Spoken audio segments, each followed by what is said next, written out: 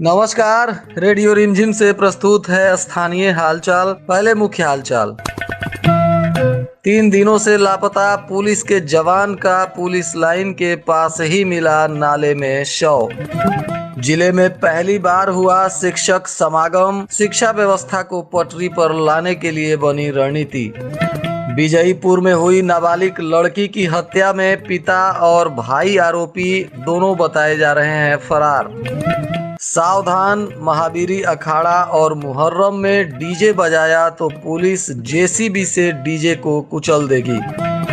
Gas cylinder से भरा pickup पलटा, बाल बाल बची कई लोगों की जान। स्थानीय हालचाल के इस अंक के साथ मैं अनिकेत मिश्र। अब हालचाल विस्तार से।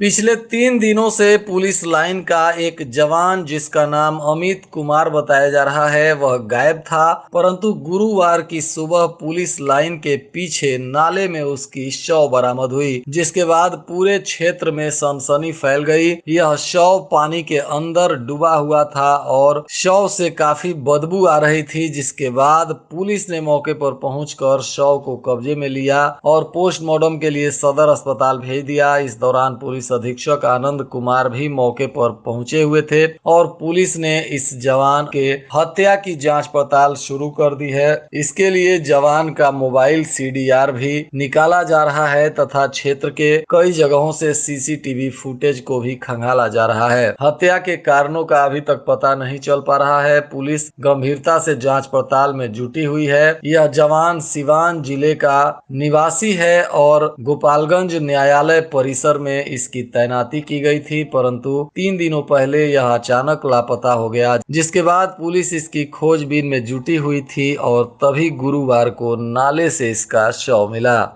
पहली बार गोपालगंज जिले में शिक्षकों का समागम हुआ है। जिलाधिकारी के निर्देश पर कई अलग अलग क्षेत्रों से कुछ चयनित शिक्षकों को बुलाया गया था और जिला परिषद सभागार में यह समागम आयोजित किया गया, जिसमें शिक्षकों ने भी जिलाधिकारी से अपनी समस्याओं को लेकर उन्हें अवगत कराया और वहीं जिलाधिकारी ने भी शिक्षकों को उनका अधिकार और कर्तव्य याद दिलाया। इस दौरान जिलाधिकारी ने कई कहानियां भी सुनाई ताकि शिक्षकों का मनोबल बढ़ाते हुए उनके कर्तव्यों की उन्हें याद दिलाई जा सके। इस दौरान जिलाधिकारी ने कहा कि हर हाल में गुणवत्तापूर्ण शिक्षा के लिए हम सभी लोग मिलकर काम करें ताकि बेहतरीन शिक्षा सरकारी विद्यालयों के माध्यम से भी बच्चों को दी जा सके और इसके लिए शिक्षकों तथा पदाधिकारियों ने कई घंटों बैठकर मंथन किया और रणनीति बनाई गई। वहीं शिक्षकों ने कहा कि जिलाधिकारी का यह प्रयास काफी सार्थक है और काफी इसकी सराहना हो रही है। ऐसा कार्यक्रम समय समय पर होने से प्रशासन और शिक्षकों के द्वारा मिलकर निश्चित ही शिक्षा व्यवस्था में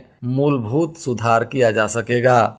विजयपुर थाना क्षेत्र के नौका टोला गांव में एक नाबालिग की हत्या का मामला सामने आया, जिसमें यह 16 वर्षीय नाबालिग लड़की का शव पुलिस ने कब्र से निकालकर पोस्टमार्टम के लिए सदर अस्पताल भेज दिया। यह घटना बुधवार की देर शाम को पुलिस को गुप्त सूचना मिली, जिसके बाद पुलिस ने कब्र से लड़की का शव बरामद किया और वहीं इस घटना के बाद पूरे क्षेत्र में सनसनी फैल गई और इसका आरोप लड़की के भाई और उसके पिता पर लगाया जा रहा है। फिलहाल दोनों फरार हैं और पुलिस इस पर कई एंगल से जांच पड़ताल कर रही है। प्रथम दृष्टया मामला ऑनर किलिंग का बताया जा रहा है, परंतु पुलिस ने गंभीरता से जांच पड़ताल शुरू कर दिया है। यह लड़की विजयपुर थाना क्षेत्र के नौका टोला गांव के रामायण राजभर की 16 वर्षीय पुत्री रेणु कुमारी बताई जा रही है। इसकी हत्या कर शव को जमीन में दफन कर दिया गया था और पुलिस ने अब शव को निकालकर मामले की जांच पड़ताल शुरू कर दी है। महावीरी अखाड़ा और मुहर्रम को देखते हुए जिला प्रशासन ने जिला शांति समिति की बैठक की, जिसमें जिला प्रशासन के साथ समाज के कई क्षेत्रों से आए सदस्यों ने बैठक के दौरान जिला प्रशासन को भी समस्याओं से अवगत कराया और जिला प्रशासन ने भी सभी सदस्यों की बात सुनने के बाद हर हाल में शांतिपूर्ण तरीके से मुहर्रम और महावीरी अखाड़ा को मनाने के लिए लोगों से निवेदन किया। इस दौरान जिलाधिकारी ने कहा कि यदि यदि कोई भी डीजे या ऑर्केस्ट्रा महावीरी अखाड़ा अथवा मुहर्रम में बजाएगा तो उस पर कानूनी कार्रवाई की जाएगी। इसके लिए परमिशन नहीं दिया जाएगा और यदि लाउड स्पीकर इत्यादि बजाया जाता है तो उसमें भी साफ सुथरे गानों को बजाना होगा, अन्यथा जिला प्रशासन कार्रवाई करेगा और डीजे या ऑर्केस्ट्रा बजाने पर या अश्लील गाना बजाने पर ऐसे डीजे संचालकों का डीजे भी जब्त किया जाएगा और उसको जेसीबी मशीन के माध्यम से उसको कुचल दिया जाएगा तथा ऐसे लोगों पर प्राथमिकी दर्ज कर कड़ी कानूनी कार्रवाई की जाएगी। इस दौरान सभी सदस्यों ने कहा कि डीजे पर सुप्रीम कोर्ट के द्वारा ही प्रतिबंध लगाया गया है, जिसका हम सभी लोगों को पालन करना चाहिए और सभी महावीरी अखाड़ा के संचालकों से भी इसका पालन करवाने का निवेदन किया गया। गोपालगंज अनुमंडल पदाधिकारी तथा हथुआ के अनुमंडल पदाधिकारी ने हमारे रेडियो रिमझिम के संवाददाता से बातचीत की और बताया। मैं प्रदीप कुमार, मंडल पदाधिकारी गोपालगंज, सभी अनुमंडल वासियों से अनुरोध है कि मुहर्रम और महावीरी झंडा का पर्व जो है शांतिपूर्ण ढंग से मनाएं और प्रशासन के द्वारा निर्णय लिया गया है कि इन दोनों पर्व में डीजे और ऑर्केस्ट्रा का प्रयोग सर्वथा वर्जित होगा। अगर जो लोग भी डीजे या ऑर्केस्ट्रा का प्रयोग करेंगे उन पे कड़ी से कड़ी कानूनी कार्रवाई की जाएगी। मैं राकेश कुमार, अनुमंडल पदाधिकारी हथुआ, अपने अनुमंडल वासियों से अनुरोध करूंगा कि आने वाले मुहर्रम पर्व और महावीरी का जो पर्व होगा शांतिपूर्ण सौहार्दपूर्ण वातावरण में मनाएंगे। साथ ही आज जिला स्तरीय शांति समिति के बैठक में यह निर्णय लिया गया है कि आगामी पर्वों में डीजे का प्रयोग वर्जित होगा। साथ ही साथ ऑर्केस्ट्रा जैसे कार्यक्रम का भी आयोजन नहीं होगा। अगर ऐसे कार्यक्रम का आयोजन पाया गया तो जो लाइसेंसधारी होंगे उन पे सख्त से सख्त कार्रवाई की जाएगी। साथ ही जो जुलूस में शामिल लोग होंगे सारे का वीडियो रिकॉर्डिंग वगैरह भी करवाया जाएगा। तो इस तरह का कार्यक्रम होने पे वो लोग भी मुश्किल में फंसेंगे। अतः अनुरोध है कि शांति से सौहार्दपूर्ण वातावरण में पर्व को मनाएं। बहुत बहुत धन्यवाद।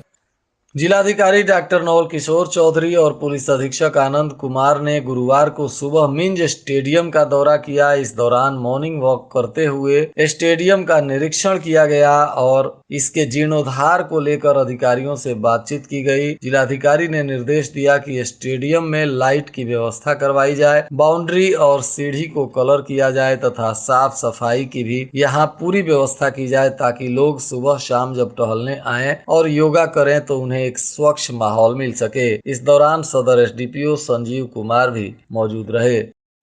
कुचायकोट थाना क्षेत्र के ढोड़वलिया गांव के सामने गुरुवार को सिलेंडर लदा हुआ एक पिकअप NH 27 पर पलट गया, जिसके वजह से एक बड़ी दुर्घटना होते होते बच गई। इस पिकअप के पलटने के बाद कई सिलेंडर रोड पर बिखर गए और इसमें बहुत बड़ा धमाका हो सकता था और यदि धमाका हो जाता तो कई लोग अपनी जान भी गंवा देते, परंतु सौभाग्य से एक भी सिलेंडर ब्लास्ट नहीं हुआ।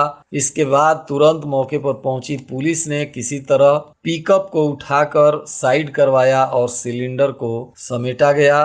प्रत्यक्षदर्शियों ने बताया कि तेज गति से आ रहा यह पिकअप सिलेंडर लदा हुआ था और अचानक अनियंत्रित होकर NH 27 पर पलट गया, परंतु सिलेंडर के ब्लास्ट नहीं होने से बहुत बड़ी दुर्घटना होते होते बच गई। मंकी पॉक्स को लेकर स्वास्थ्य विभाग ने अलर्ट जारी कर दिया है और इसके लिए प्रोटोकॉल भी तय किया गया है। स्वास्थ्य विभाग ने बताया कि मंकी पॉक्स भी शरीर पर बड़े बड़े दाने होते हैं, जिससे त्वचा पर खुजली, एलर्जी होती है, बुखार होता है और शरीर में जकड़न तथा दर्द भी होता है और ऐसे संक्रमित व्यक्ति के संपर्क में आने से दूसरे लोगों को भी यह रोग पकड़ लेता है। यह रोग सामान्य तौर पर 14 से 21 दिन के अंदर अपने आप ठीक हो जाता है, परंतु संक्रमित व्यक्ति की विशेष देखभाल करने की आवश्यकता है और साफ सफाई रखनी चाहिए तथा अन्य लोगों को उससे सोशल डिस्टेंसिंग बनाकर रखनी चाहिए। इसके लिए स्वास्थ्य विभाग ने भी सभी सरकारी अस्पतालों पर विशेष तैयारी कर रखी है ताकि मंकी पॉक्स के बीमारियों में यदि बढ़ोतरी होती है तो उससे निपटा जा सके।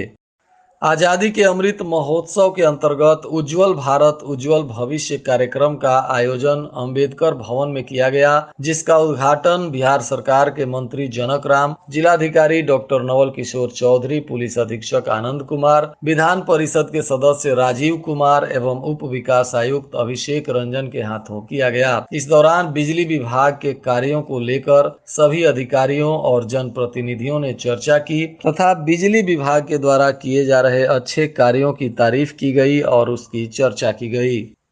भोरे पुलिस ने मोतीपुर एराजी गांव के रहने वाले हरिकेश कुमार सिंह को गिरफ्तार कर लिया। इस आरोपी पर थाने में ठगी एवं दलित उत्पीड़न का मामला दर्ज था और यह आरोपी फरार चल रहा था। पुलिस ने गुप्त सूचना के आधार पर छापेमारी कर आरोपी हरिकेश सिंह को गिरफ्तार कर लिया और पूछताछ के बाद न्यायिक हिरासत में जेल भेज दिया गया। वहीं दहेज उत्पीड़न के मामले में भी फरार चल रहे रामराज सिंह को भोरे पुलिस ने इमिलिया गांव में छापेमारी कर गिरफ्तार कर लिया और इस आरोपी पर भी दहेज उत्पीड़न का मामला दर्ज था और यह फरार चल रहा था। पूछताछ के बाद इस आरोपी को भी पुलिस ने जेल भेज दिया।